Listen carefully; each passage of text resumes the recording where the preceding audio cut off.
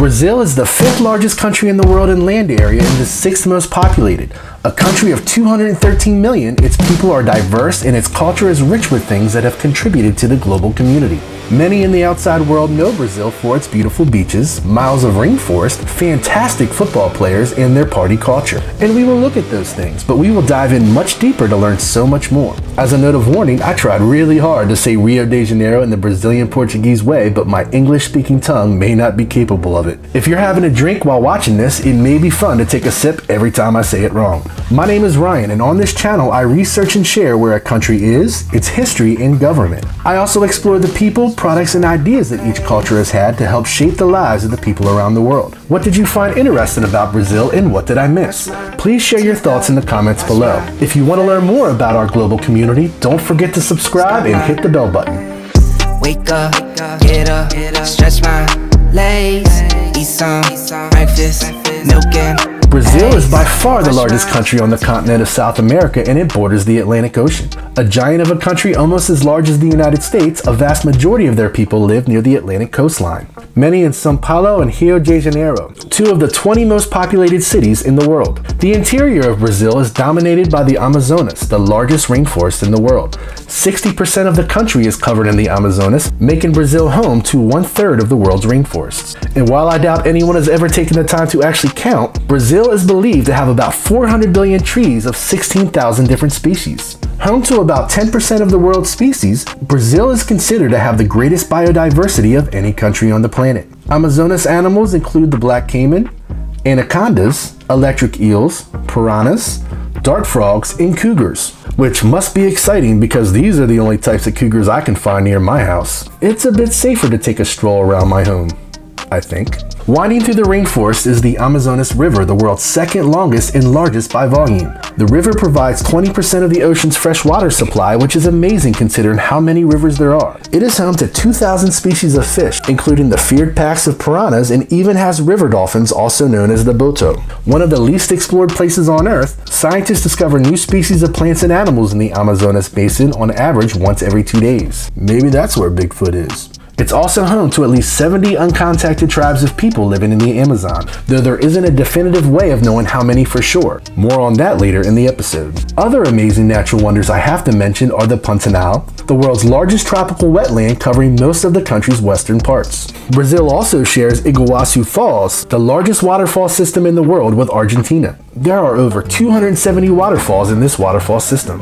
Tall and tan and young and lovely, the girl from Ipanema goes walking, and when she passes he smiles, but she doesn't see. Formed from African, European, and indigenous cultures, Brazil has developed some unique and original styles of music, most notably samba. Developed in Rio de Janeiro in the early 20th century, it was created out of the cultural expression of West Africa and Brazilian folk traditions. It has become the best example of music and dance associated with the world-famous Rio Carnival. Samba music is distinct for its rhythmic patterns, emphasis on melody, generally simple harmonies, use of percussion instruments, and Portuguese language lyrics. Samba dance that accompanies it is a fun, upbeat, and lively dance that is known for its syncopated timing, bounce, rolling hip action, and pelvic tilt. It requires a great deal of rhythm and is tons of fun. Though Carnival originated in Europe before Brazil was even a country, by far the most famous one in the world is in Rio de Janeiro. Carnival is a festival held on the Friday afternoon before Ash Wednesday at noon, which marks the beginning of Lent, the 40-day period before Easter. During Lent, Roman Catholics and some other Christians traditionally abstain from eating meat and poultry, which gives the celebration the name Carnival, from carnelevare, meaning to remove meat. Rio de Janeiro hosts the world's largest carnival, with the 2018 carnival reportedly drawing 6 million participants. The typical Rio Carnival parade is filled with revelers, floats, and adornments from more than 200 samba schools. A samba school is made up of a group of local neighbors that want to attend carnival together with some kind of regional, geographical, and common background. Portela is the samba school that has won the largest number of championships with 22. Even if you can't get into the Sambodromo for the main parade, there are plenty of other parties happening all around the city, with smaller carnivals and street parties as the festival takes place. Carnival is the most popular holiday in Brazil and has become an event of epic proportions. Capoeira is a Brazilian art form which combines fight, dance, rhythm, and movement. Not an actual fight but an art form, capoeira is a dialogue between players, a conversation through movement which can take on many types of meaning. While all the details of capoeira's past are not certain, it is believed the art form was honed in the hidden quilombos of the countryside where free Africans and their descendants could practice African culture. African slaves also played a primary role in its history. Formerly prohibited, it gradually became allowed, and in 1932, Mestre Biba opened the first formal capoeira school called Luta Regional. Brazilian jiu-jitsu is a self-defense martial art and combat sport based on grappling, ground fighting, and submission holds. It focuses on the skill of taking an opponent to the ground, controlling them, gaining a dominant position, and using a number of techniques to force them into submission by joint locks or chokeholds. With its origins in Japan, the Brazilian form of it was developed by the Gracie family, and it may be the most effective way for a smaller fighter to counteract the strength of a bigger fighter. Royce Gracie popularized Gracie Jiu-Jitsu and revolutionized mixed martial arts after his early success in the UFC. Most mixed martial arts fighters today learned at least some techniques from Brazilian Jiu-Jitsu.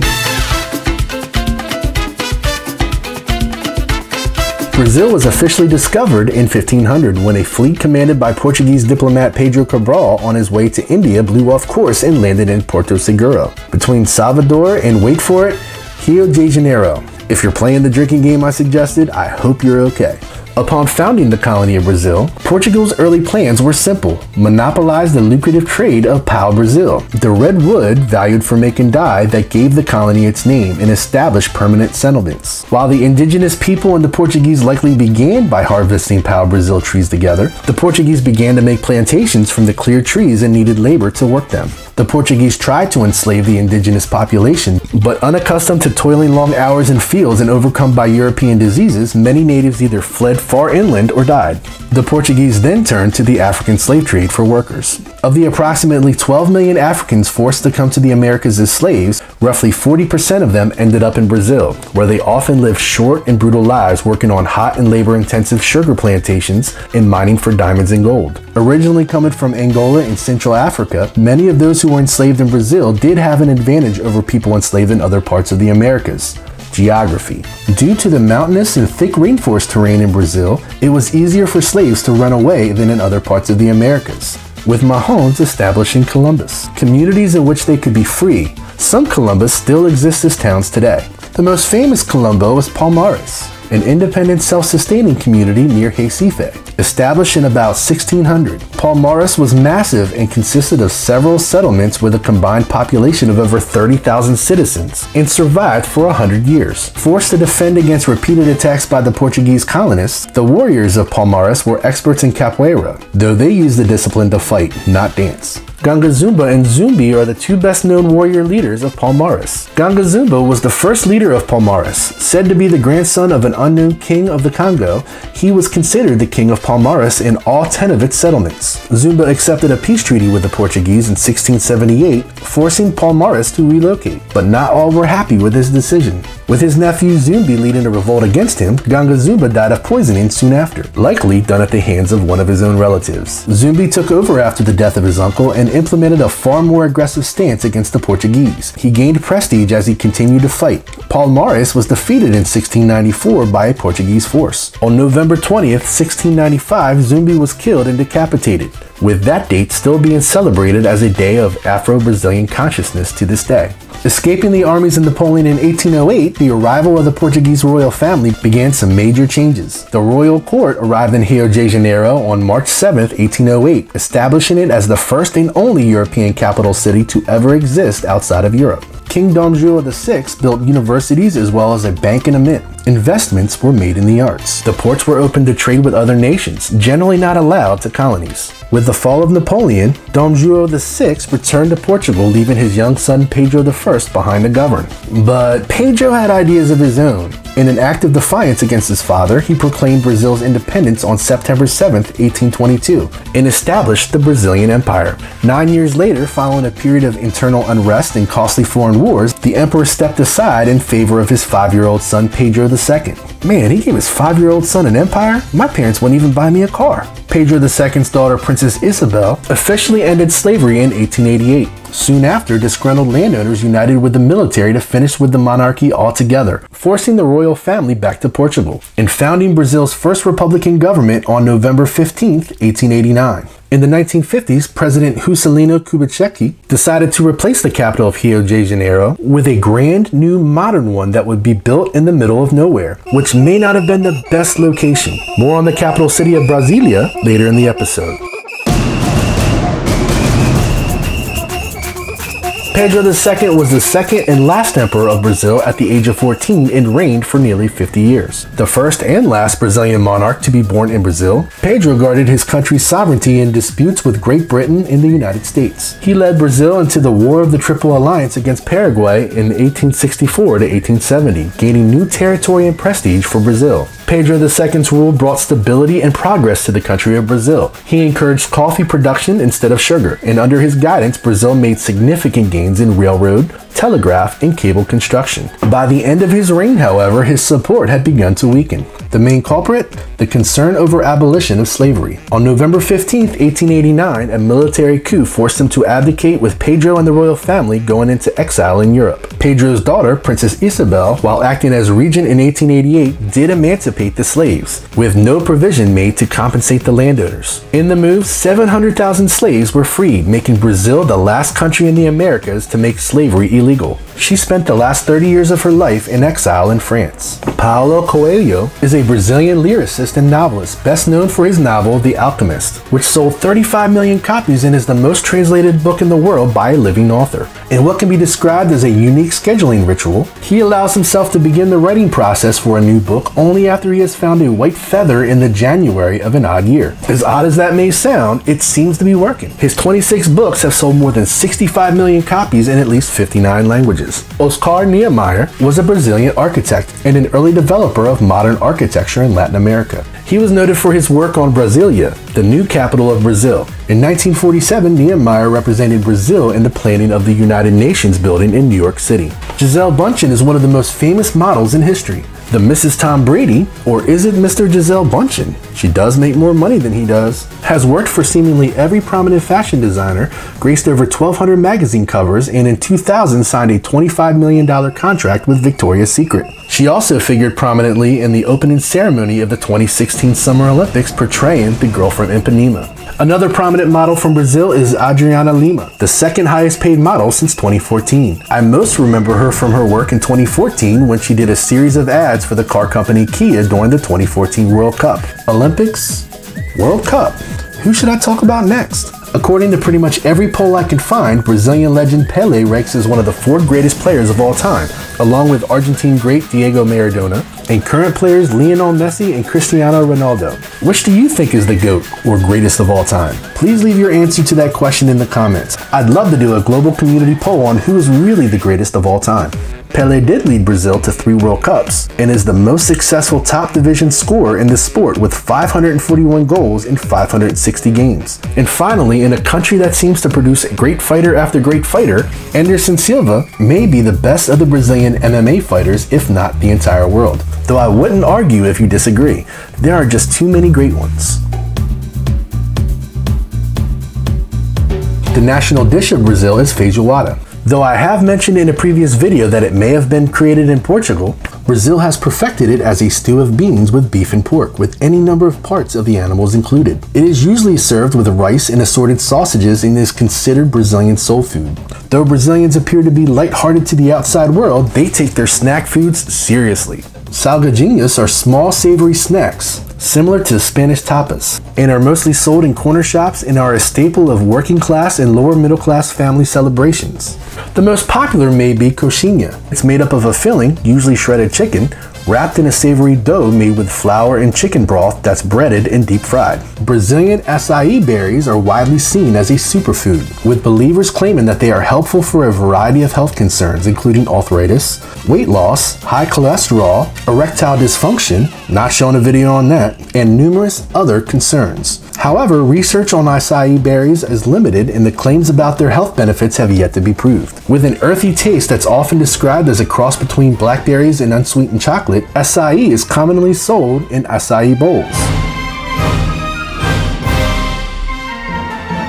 Brazil is a federal presidential constitutional republic. It is divided into 26 states and a federal district. Their government is divided into 3 branches: the executive, the legislative, and the judiciary. The seat of the federal government is located in the capital of Brasilia. Their current constitution was ratified on October 5, 1988. The president is Jair Bolsonaro, who has been in the position since 2019. Palácio do Planalto is the headquarters of the executive branch of the Brazilian government. Currently, there are 15 political parties represented in the Brazilian Congress, with the 2 most represented parties currently being the Social Liberals Party and the Workers' Party. The legislative branch of Brazil is housed in the National Congress Building. In terms of the economy, Brazil is the 8th largest in the world in purchasing power parity, the biggest in Latin America. The economy was recently affected by corruption scandals involving private companies and government officials, including the impeachment and conviction of former President Dilma Rousseff in August 2016. Brazil is the world's largest producer of coffee. Yum.